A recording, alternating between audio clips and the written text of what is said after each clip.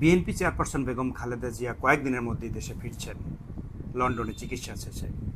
তো তার সঙ্গে ফিরবেন তার দুই পুত্রবধূ, বড় ছেলে জনাব তারেক রহমানের স্ত্রী ডাক্তার জোবায়দা রহমান এবং প্রয়াত ছোট ছেলে আরাফাত রহমান কোকোর স্ত্রী সৈয়দা শর্মিলা রহমান। তো এখন প্রশ্ন আসছে যে জনাব তারেক রহমান কবে দেশে ফিরবেন। পুরো দেশবাসী এবং বাংলাদেশকে নিয়ে যাদের আগ্রহ আছে সবার মধ্যেই এই কৌতূহল যে তারেক রহমান কবে ফিরবেন। আমি গতকালই তারেক রহমানের পররাষ্ট্র বিষয়ক উপদেষ্টা জনাব হুমায়ুন কবিরের একটা সাক্ষাৎকার নিয়েছি। তাকে আমি এই প্রশ্ন করেছিলাম। তিনি যেটা বলেছেন, চলতি বছরের মধ্যেই তারেক রহমান দেশে ফিরবেন, অর্থাৎ ডিসেম্বরের মধ্যেই দেশে ফিরবেন।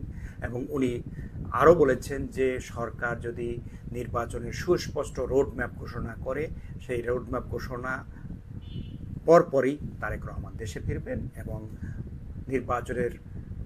নির্বাচনে দলকে নেতৃত্ব দিবেন। যদিও এখন লন্ডন থেকে নেতৃত্ব দিচ্ছেন না, এখন কিন্তু তিনি নির্বাচনের রোডম্যাপ ঘোষণা হলে তিনি সশরীরে দেশে আসবেন এবং দলকে নেতৃত্ব দেবেন। এই কথা যদি ঠিক হয়ে থাকে, ডিসেম্বরে নির্বাচনের দাবি বিএনপি এখনও অটল আছে।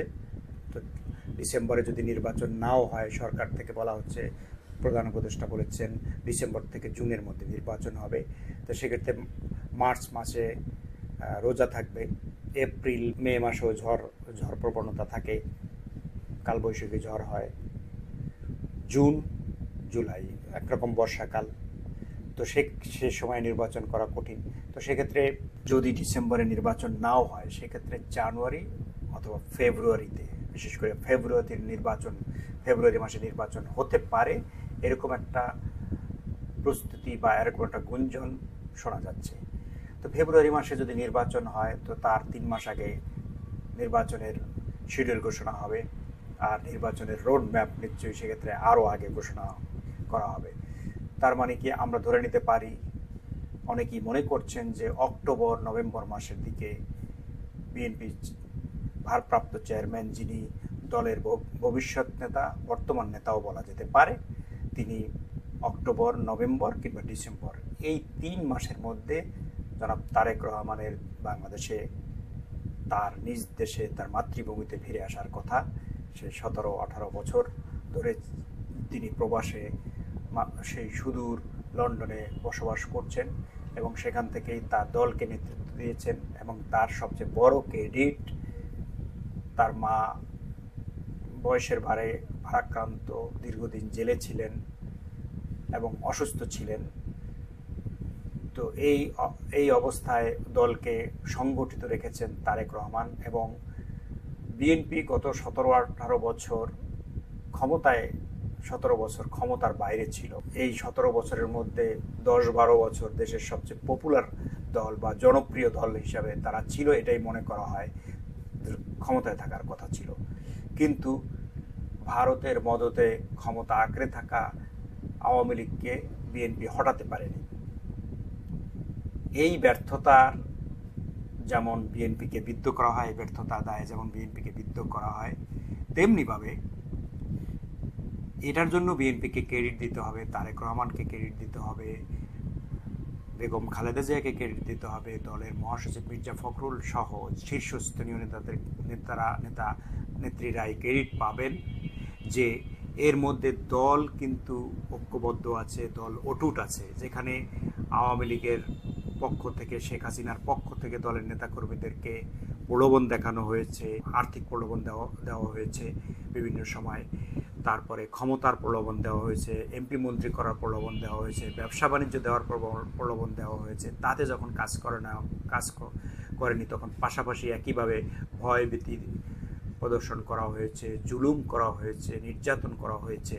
কিন্তু তারপরেও বিএনপি যে এই 17 বছর ধরে এত নিপীড়ন সহ্য করে, এত বিরূপ পরিস্থিতি সহ্য করে, হামলা মামলা, খুন গুম এগুলি সহ্য করে অটুট আছে, ঐক্যবদ্ধ আছে, এটাই কিন্তু গত 17 বছরে বিএনপির সর্বোত্তম অর্জন।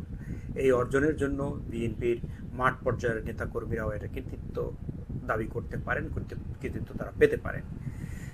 তবে এই দল সংগঠিত রাখার পেছনে যিনি মুখ্য ভূমিকা পালন করেছেন তিনি অবশ্যই তারেক রহমান। তো তারেক রহমান যদি আগামী অক্টোবর, নভেম্বর বা ডিসেম্বর মাসে দেশে ফেরেন, তো সেক্ষেত্রে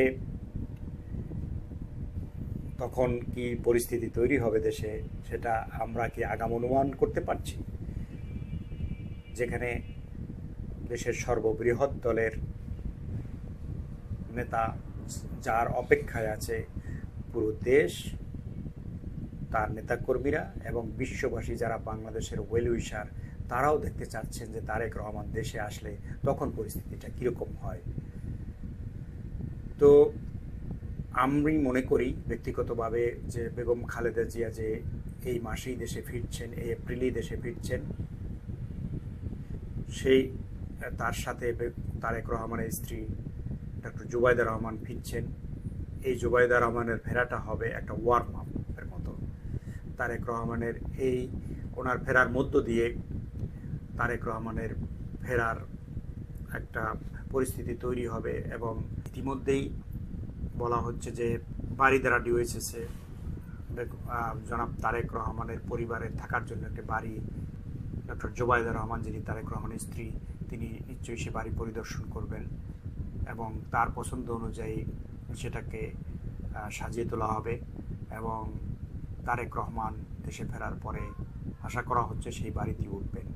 আর বেগম খালেদা জিয়া তিনি যে বাড়িতে থাকছেন এখন গুলশানের 2 নম্বরের কাছে ফিরোজায়, তিনি সেখানেই উঠবেন এবং আরাফাত রহমানের স্ত্রী তিনি বেগম খালেদা জিয়ার সঙ্গে ফিরোজায় উঠবেন। তিনি হয়তো বাংলাদেশে দীর্ঘ সময়ের জন্য থাকবেন না, তিনি অল্প সময়ের জন্য আসছেন। দেশবাসীর মতো আমরাও আশা করছি তারেক রহমান দেশে আসবেন এবং দেশকে এগিয়ে নেওয়ার জন্য এখন আসলে এই মুহূর্তে তারেক রহমানের বিকল্প কেউ নাই। তারেক রহমানের সামনে এখন একটা স্টেটমেন্ট হওয়ার সুযোগ তৈরি হয়েছে, রাষ্ট্রনায়ক যাকে বলে, স্টেটমেন্ট হওয়ার সুযোগ এসেছে এবং পুরো জাতি আশা করছে তারেক রহমানের নেতৃত্বে বিএনপি একটি নতুন রাজনীতির সূচনা করবে, যেই রাজনীতি দেশকে এগিয়ে নিয়ে যাবে, জাতিকে এগিয়ে নিয়ে যাবে এবং বর্তমান যে তরুণ প্রজন্ম তাদের ভাবনাকে ধারণ করে লালন করে বিএনপি নতুন বাংলাদেশ গড়ার পথে জাতিকে পথপ্রদর্শন করবে, সেই আশা দেশবাসীর মতো আমরাও করতে চাচ্ছি। আজ এ পর্যন্তই, সবাই ভালো থাকবেন।